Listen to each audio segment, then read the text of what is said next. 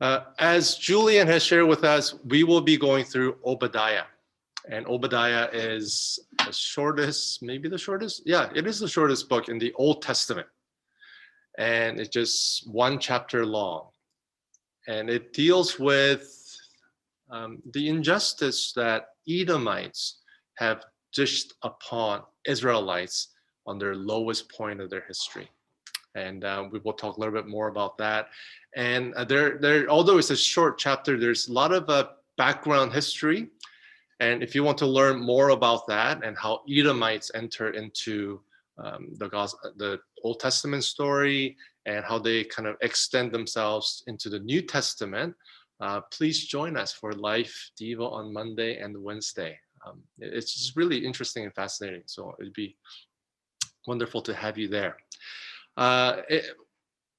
As probably all of you or most of you know, I grew up in St. Catharines, and if you don't know where St. Catharines is near Niagara Falls, and you probably know where that is. So I typically just say I'm from Niagara Falls.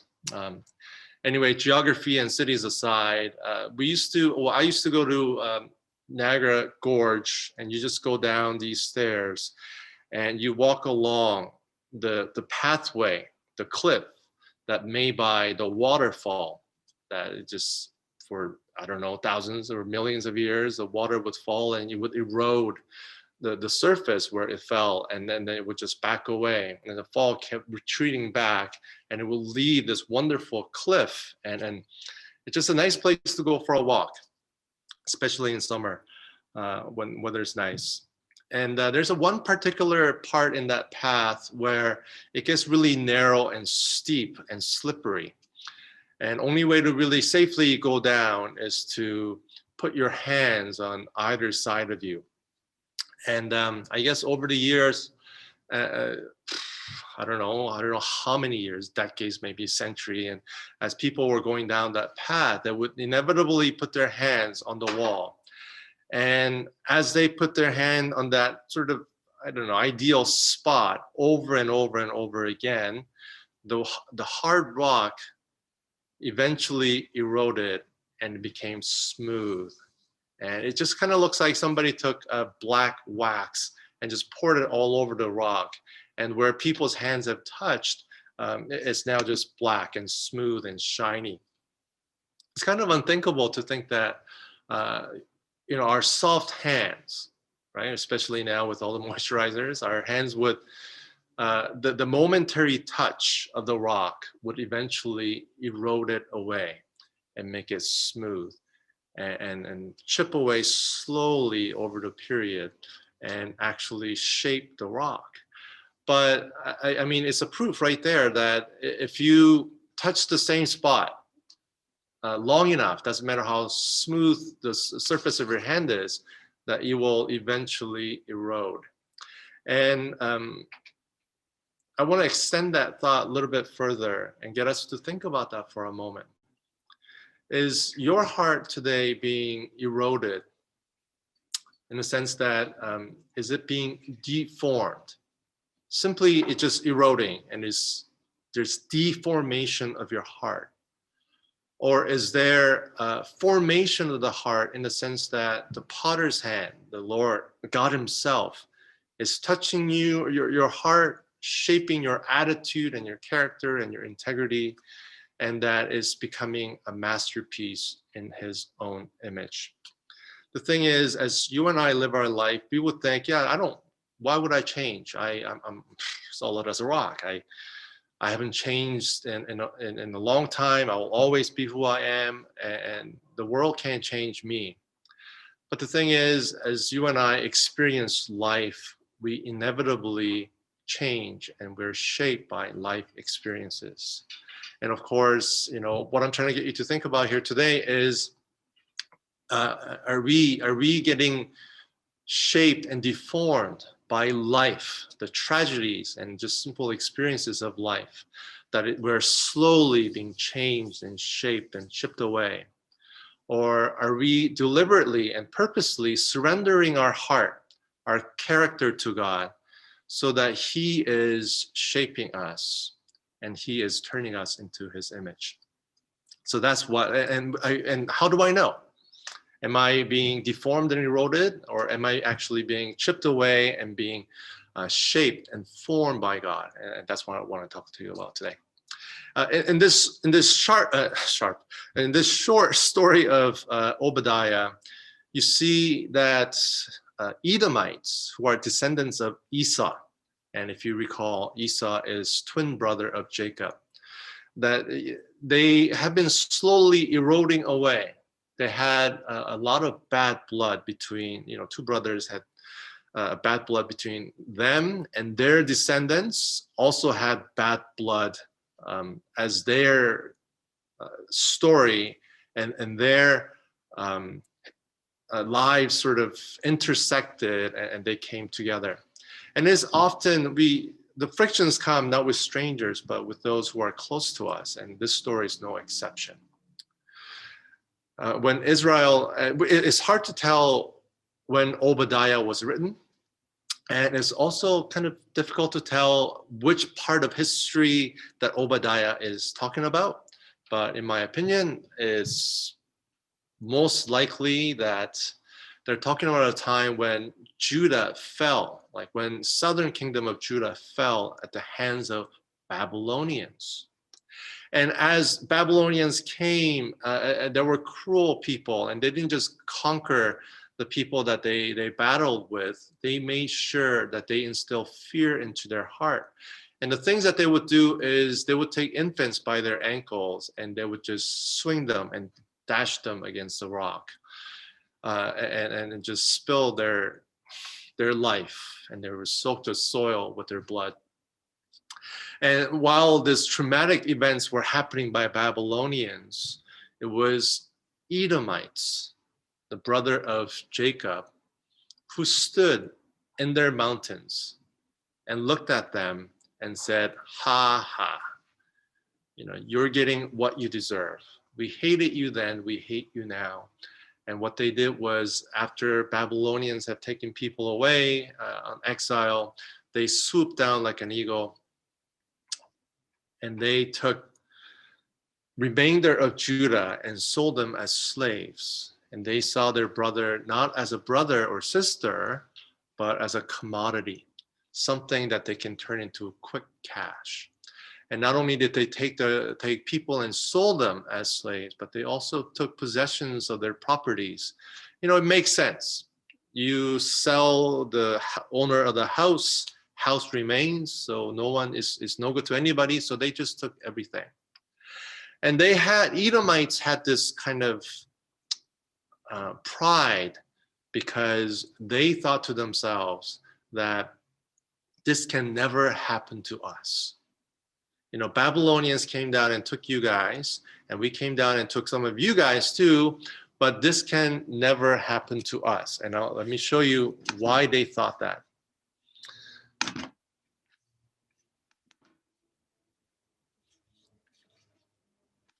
I'm guessing that you can all see the screen, and let me make it even fancier, full screen.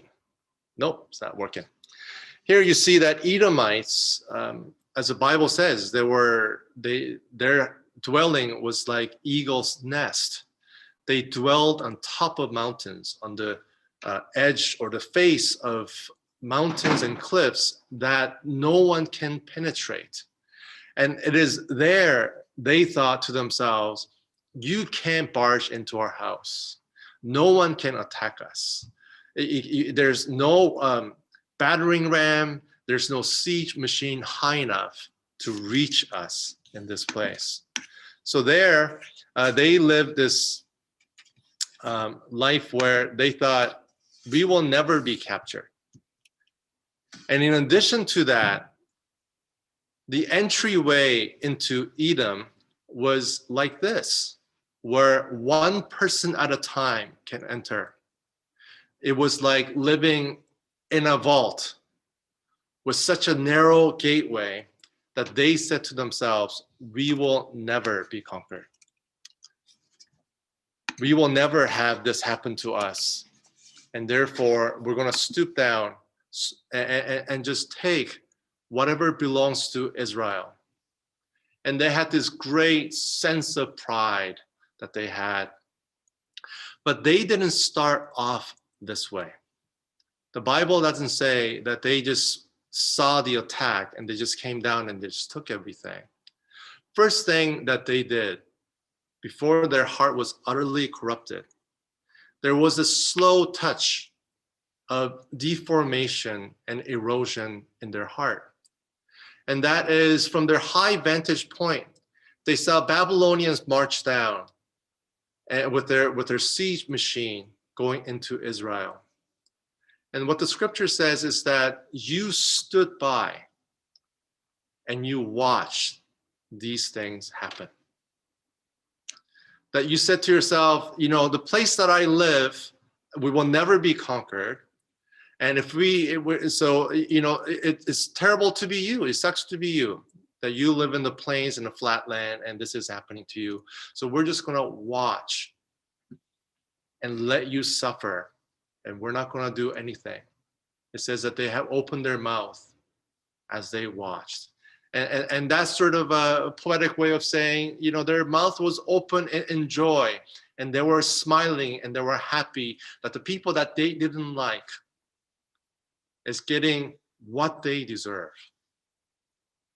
This happened in 2011 in New York, Wall Street, when there was a great financial collapse and crisis, and people lost their houses and their businesses. And, people who are in their 30s, mid-30s, they saw their mom and dad sit on the street because their financial system had collapsed. And, I don't understand these things too much because I'm not that guy. But because of what banks have done and investors have done, they blame them for the financial crash, right? I'm sure you're aware of all this. And then when in 2011, 3 years after, when dust has settled and they've realized why this financial crisis has taken place, and they have located the source of this problem to the bankers and people who are incredibly wealthy, that it was their mismanagement that this crisis happened. And they took to the streets of New York and they protested. And as they were protesting, this is what took place. Let me share this image again.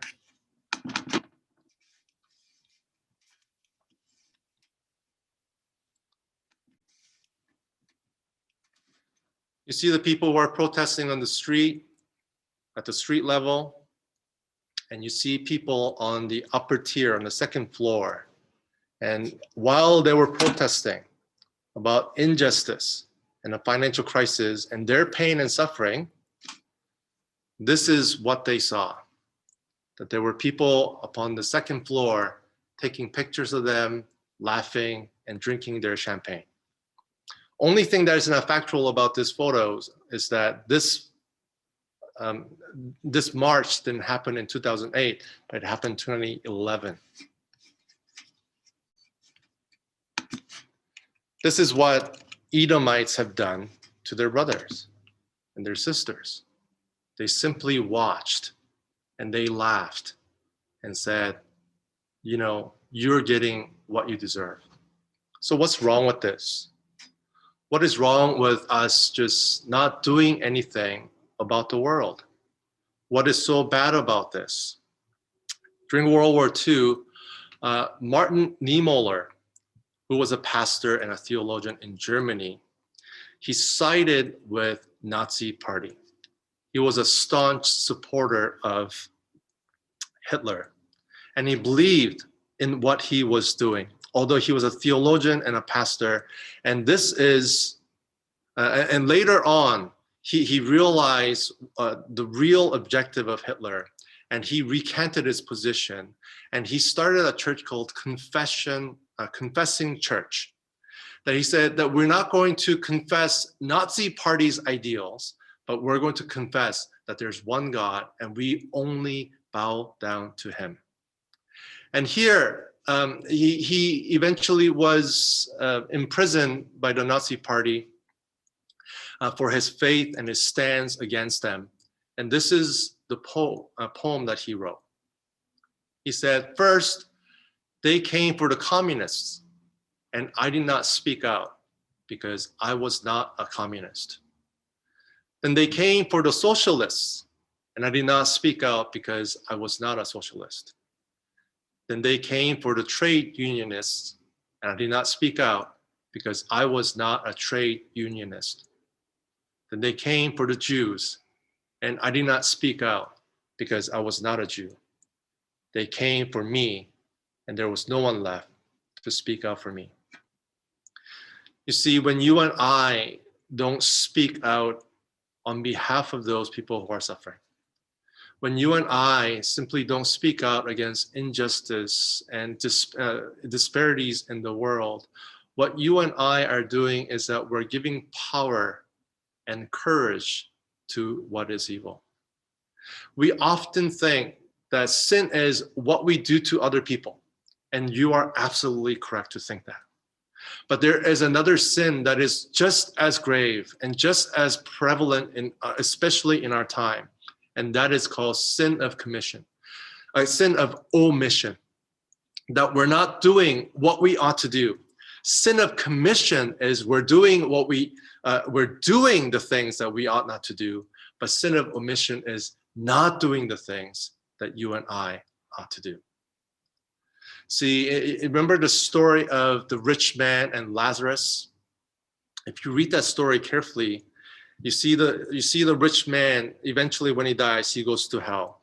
And Lazarus, who's poor, a homeless man, when he dies, he goes to heaven. But what you don't see in that story is the sin of rich man.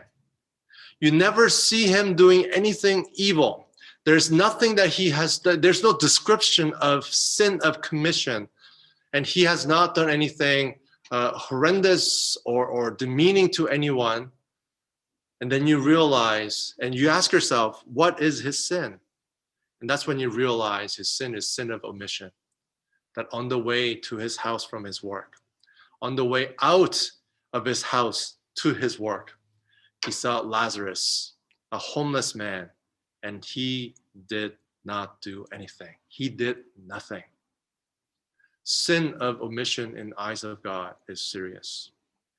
There are things that we ought to be involved. And although we don't want to be involved, and we don't want to get into the lives of people and the complexities and dividing through all the politicized issues on the both sides and understand everything and sacrifice our time and our resources, and we just don't want to get involved. But what is our faith, guys? That we look at Christ and we say, he got involved, that he incarnated, that God who is spirit became flesh, and he became involved in the lives and the history of his people to redeem them and to rescue them. Not getting involved is one of the great struggles and sins of our time. One of the things that we can celebrate this week, I don't know if you can call it a celebration, but one of the things that we can, gives us hope at least, is that the officer who was involved in the death of Floyd, that he was sentenced he was found guilty in the court, which is a rare event. For many of the violence and crimes that police officers commit under duty, some of them rightfully is considered innocent, but this time it was considered guilty. And what the prosecutor said was so fascinating and is fitting for today's message as we talk about Obadiah. He said, when you look into Chauvin's eyes, what you see is not hatred, but indifference. It's not that he hates black men. It's not that he hates black people in general. That's not what you see in the video that was released. But the prosecutor said, it's not hatred, but you can see the indifference in his eyes, that he did not care as he put his knee on his neck, on Floyd's neck, and he said, I can't breathe. He did not remove his knee because he hated the person, but because he was indifferent. Edomites took advantage of Israel. They sold them as slaves and they took their properties. When Israel was down and downtrodden, they swooped in and took advantage of them. Not because they were evil at first, but because they were indifferent. Because they didn't care. You and I don't commit murder. You and I don't do anything horrific to people around us. But not because we are so righteous and we are touched by God, but because we are afraid of the consequences. But just like Officer Chauvin and Edomites, what you and I have is indifference. And indifference is a real sign that we're not being formed by God, but we are slowly, little by little, getting deformed. When you and I don't get involved and we don't live out our faith of incarnation of Christ, the very nature of I will visit you, I will see you, I will visit you, and I will address your pain because we are one. And your pain is my pain, and your hunger is my hunger, and I will do what I can as a brother, and I will do what I can as a sister. If you and I don't have this attitude, then we're not doing anything horrible in our life, not because we're righteous, but because we just didn't get a chance. The main ingredient for heinous crime is already in us if we are indifferent to the suffering of the world. And when we say, my postal code is not at Jane and Finch, my postal code is not island countries where they will be drowned out by the global warming when the sea levels rise. And my problem is not with the poverty because I live in a different place than you, and I'm educated and I have a job, and I don't need to care anymore. Just like Edomites, their postal code, the place that they live, made them eventually become indifferent. Slow erosion of the heart. And we really need to look. Why do I not get involved? Why do I not care about lives of Black people? Why do I not care about the lives of small island countries that will eventually lose their land? Why do I not care about gender inequality? It is difficult to care for all of them, I know. I mean, the issues that I mentioned, they're just tip of the iceberg. But as church, as Christians, we have to learn to get involved somehow in some way as Christians, not as a left-wing political agenda or a right-wing political agenda, but as Christian. How can we do this? This Friday, Bonnie and the leaders have organized Adam House Bible Study. It's a Bible study with refugees. You can get involved in that. I mean, just show up, just study together. Seedway tutoring was initially conceived to help the people who cannot afford proper education because they're raised under certain postal code and single parenthood. And we want to, one of the things that I recognize or I learn from people who work in the inner city, the missionaries, is that they need education. And one of the best way for them to get out of that community and give themselves back into that community and be the voice for that community is if they are educated and if they're loved by someone. So if that is something that you want to be involved, and that is somehow, it's sort of an indirect way to care for those people who are struggling with violence and poverty, then please get involved with that. But there's always a way for us to live out our Christian conviction of what Jesus has done for us, that he became involved for us, that we may live. And we want to live that out. So I just throw that out to you and see in which way you want to get involved. In this story, Israelites are carried off by Babylonians, and they're carried off by the remainder of them were pillaged also by their own brother, Edomites. But what God promises in this story is that God will restore the land. Israel, you've been utterly defeated, and you've been crushed by a stranger, Babylon. You've been crushed by your own flesh and blood, Edomites. But the powerful will not have their last word. That God, what God is saying, I will not leave the oppressors unanswered. It doesn't matter how powerful they are. They will be held responsible one day. And in this case, God says, Edomites will be no more. And the history has proven to us that one day, eventually, Edomites, and in the history around how Edomites lose their place in geopolitical world is hazy at best. But we do know that from that eagle's nest and the high mountainous place, they were driven out into the desert of Negev. And from there, they slowly dissipated, and the land of Edom was no more. We're not really sure in what way or who and in what fashion that took place. But as they were being displaced and they were scattered in the time of history, God brought Israel back into their land. And in the 1940s, Israel got their land back, right? Hitler also had a place called Eagle's Nest, where he would look down and from a high place and would have the visage of the Germany.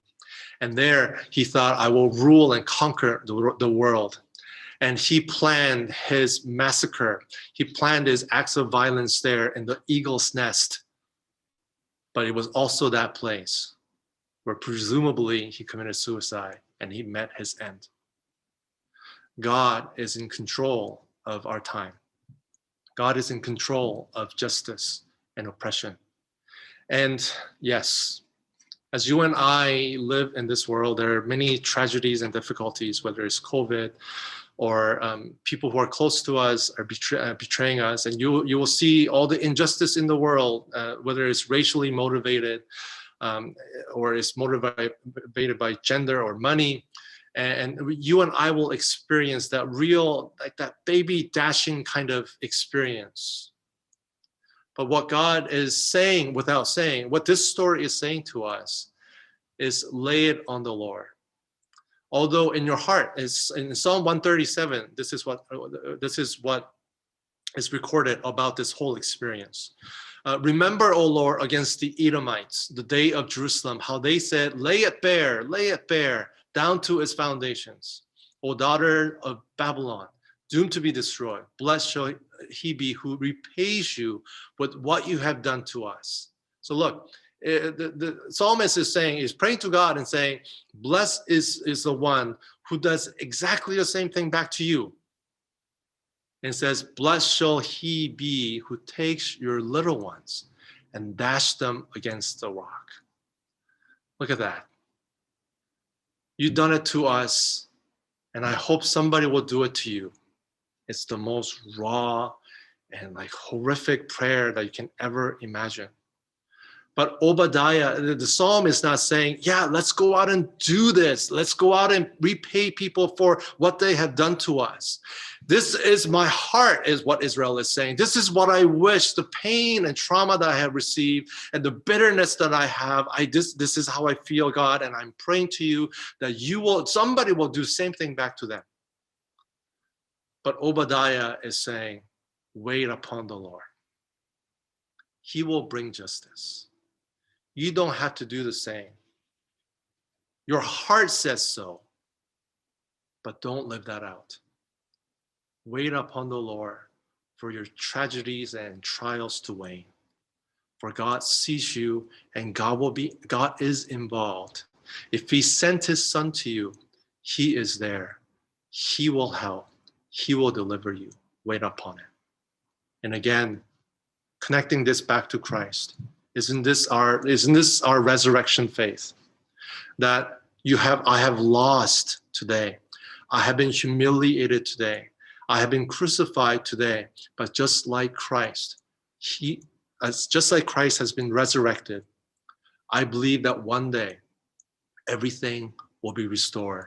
And what I lost today, my humiliation today, is not final. So much so, we believe in our faith is resurrectional. And that resurrection faith is so much in us that Jesus said, you can even turn the other cheek. Because God will answer that. God sees everything in your life, and he will answer, and he will bring restoration. Because unlike people who are being shaped by life experiences and being eroded and deformed, I am shaping you into a masterpiece. I'm the potter. I am forming you. You will not be deformed. Wait upon the Lord. Brothers and sisters, I want to invite you to get involved. I want you to get involved. Don't say, I live in this postal code. That's happening in the US. Black Lives Matter, that's just mostly in the US. And I don't want to get involved. And I don't even know how we can get involved. Gender equality, inequality, I'm a guy, I don't understand. Like, is this really happening? I don't get it. I'm busy as it is. Violence against Asians, now all of a sudden, all the Asians are up in arms. But look, people can say, I don't care about you. I don't care about this. I don't care about the climate change. I don't care about all this stuff because I have a different gender, different postal code, different bank account, different school. But our faith is that we get involved and we live incarnationally in the best way we can.